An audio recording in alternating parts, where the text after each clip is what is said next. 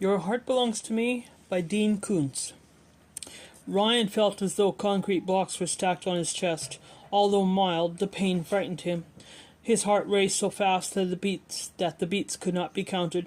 He counseled himself to remain calm, to be still, to let the seizure pass, as it had passed when he had been floating on his surfboard. The difference between then and now was the pain. The racing heart, the weakness, and the dizziness was as disturbing as before, but the added element of pain denied him the delusion that this was nothing more than an anxiety attack. Even as a small child, Ryan had not been afraid of the dark. Now darkness itself seemed to be the weight on his chest.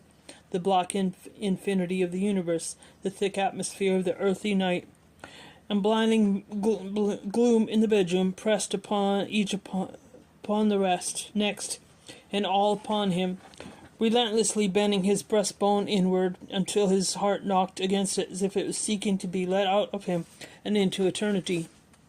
He grew desperate for light. When he tried to sit up, he could not. The pressure held him down. He discovered that he could push against the mattress with his heels and elbows, gradually hitching backward. Three feather pillows compacting into a ramp that elevated his head and shoulders. His skull wrapped against the headboard. The weight on his chest forced him to take shallow inhalations. Each time he exhaled, a sound thinner than a whisper also escaped him, offending the black room like a nail drawn down a chalkboard.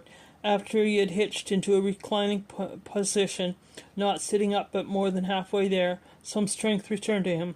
He could lift his arms. With his left arm, he reached blindly for the bedside lamp. He located the bronze base, and his fingers slid along a cast bronze column with a bamboo motif.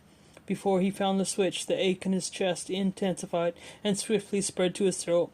As if the agony was ink and his flesh was an absorbent blotter, the pain seemed to be something that he had swallowed or was regurgitating intact. It blocked his airway, restricted breathing, and pinched his cry of shock into a half note, followed by a hiss. He fell from bed. He did not know how it happened. The bed became the floor, leaving him with no awareness of the fall, with only a recognition that mattress had been replaced by carpet. He was not alone in the house, but he might as well have been. At this hour, Lee and Kay Ting, the couple who managed the estate, was asleep in their quarters on the lowest of the 3 floors, in the wing of the house farthest from the one, and that contained Ryan's 3rd-floor master suite.